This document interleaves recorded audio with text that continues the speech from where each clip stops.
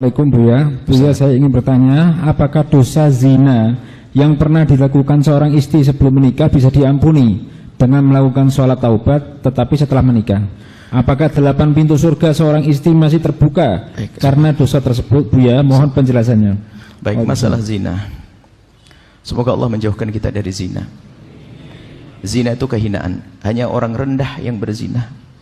Maka jika ada seorang hamba teruji dengan perzinaan, maka dia telah terendahkan. Susah melakukan zina kecuali bagi orang rendah. Semoga yang pernah kepleset dalam zina Allah ampuni dan Allah beri kesadaran. Sebelumnya saya kasih kisah. Ada namanya Hindun, Sayyidah Hindun. Itu adalah seorang wanita yang pernah menyuruh Wahsy membunuh Sayyidina Hamzah. Membayar Wahsy, wahai Wahsy, bunuh Hamzah. Karena begitu marahnya kepada Rasulullah dan dendamnya kepada Nabi Muhammad. Akhirnya Wahsy membunuh Hamzah.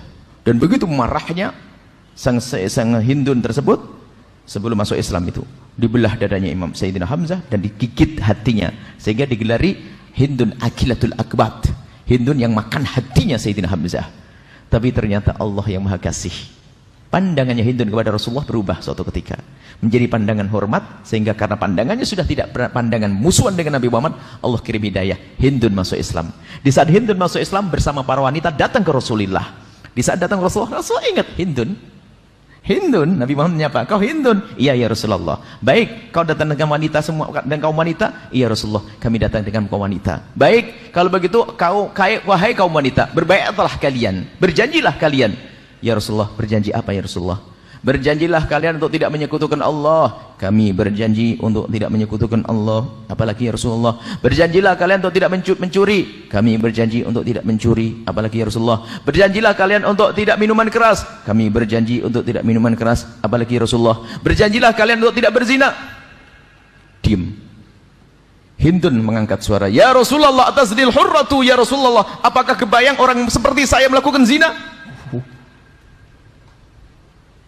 Kok suruh berjanji tidak berzina? Apakah kebayang? Bagi orang mulia susah melakukan zina.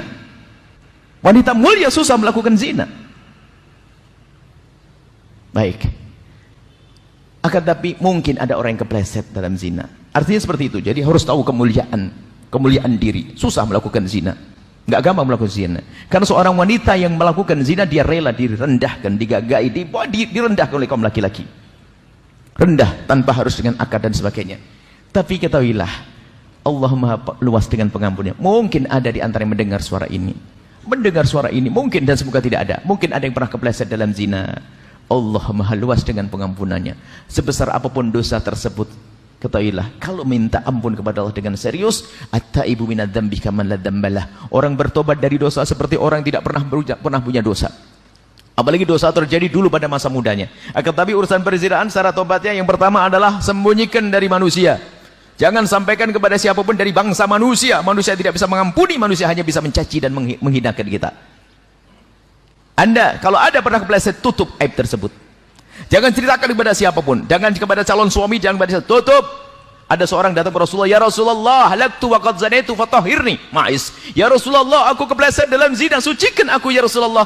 Nabi mengatakan, la'allaka lamasta. Mungkin kamu tidak sampai zina. Dialihkan Nabi, mungkin hanya bersentuhan saja. Tidak ya Rasulullah, aku berzina. La'allaka qabbalta. Mungkin kamu hanya mencium saja. Tidak ya Rasulullah, aku melakukan. La'allaka fakhatta. Mungkin di antara dua paha saja. Tidak ya Rasulullah, aku melakukannya. Baru setelah yang keempat, ditegakkan hukum kepadanya. Artinya apa?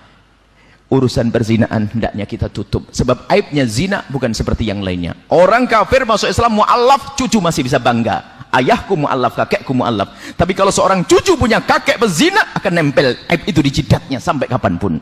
Maka takutlah kepada zina. Ada pintu halal, kenapa harus masuk zina? Tapi apapun bentuknya, mungkin ada orang yang pernah kepleset dalam zina.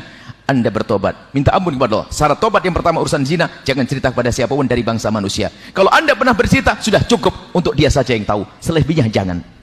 Kemudian setelah itu mengadulah di tengah malam kepada Allah dengan tetesan air mata. Sebab-sebabnya menjadikan Anda terjatuh zina, Anda jauhkan semuanya. Kalau Anda menyesal dengan sungguh-sungguh, maka ketahuilah, at-taibu minadz-dzambi kaman la dzambalah. Orang bertobat dari dosa seperti orang yang tidak pernah punya dosa. Maka yang pernah kepleset dalam zina, jangan kecil hati. Allah Maha luas dengan pengampunannya.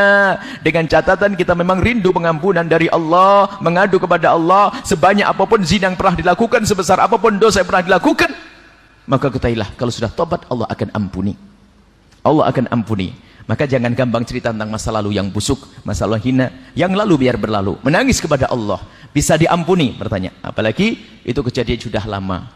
Akan tapi lebih dari itu yang perlu kami ingatkan, yang sudah menikah.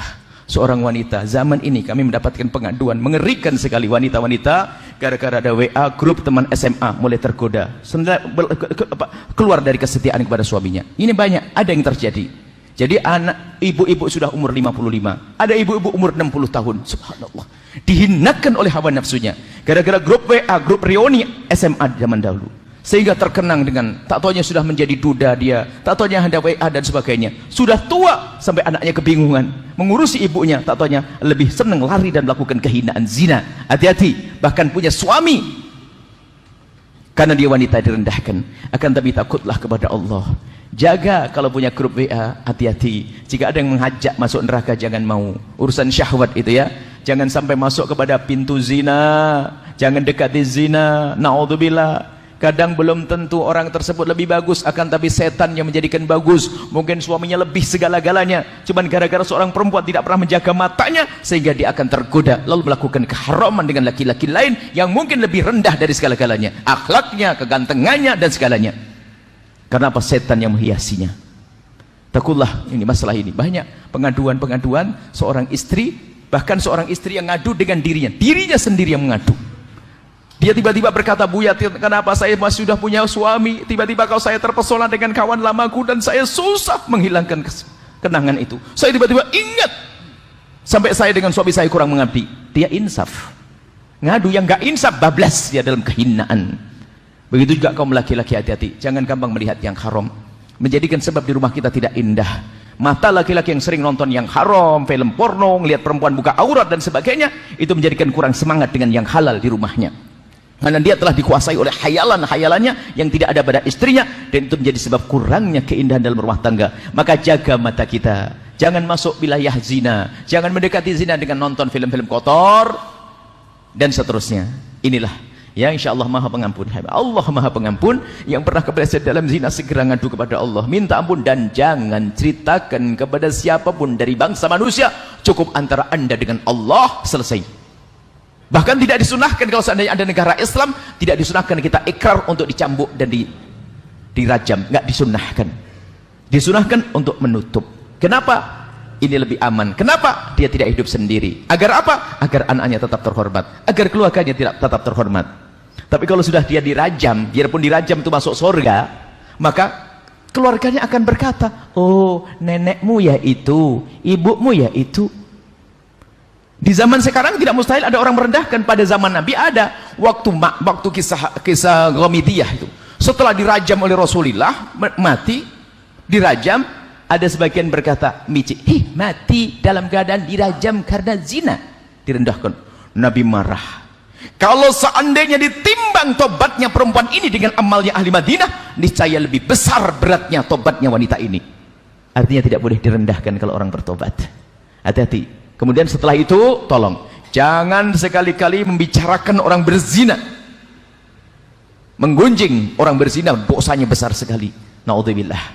Khawatir kita diuji oleh Allah dengan kehinaan yang serupa. Kalau anda mendengar berita perzinahan, bahkan kalau ada orang bercerita kepada anda tentang perzinahan, tutup, biar kita saja yang tahu, selesai, jangan cerita ke siapapun. Inilah cara bertobat dari zina. Semoga Allah menjauhkan kita dari zina. Ada pintu halal, ada cara nikah yang gampang. Kalau belum berani resepsi, ya yang gratisan, ya nggak pakai resepsi dulu lah. Yang penting nyembelih ayam kayak gitu sudah beres.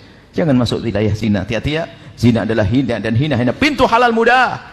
Kalau ada yang menikah hari ini, tak nikahkan depan Habib Jalal, langsung nikah Habib. Sekarang nikah hal kan repot. Kenapa harus masuk pintu yang haram? Haram, nikah gampang. Datang ini selesai nikah. Masalah resepsi mungkin nanti setelah punya cucu, gak apa-apa. Repot nikah kok jadi halal itu penting, haram itu yang bahaya. Zina adalah hina, selesai. Bulan depan nikah masal datang saya. Ya, insya Allah. Yang mau daftar silakan saja ya.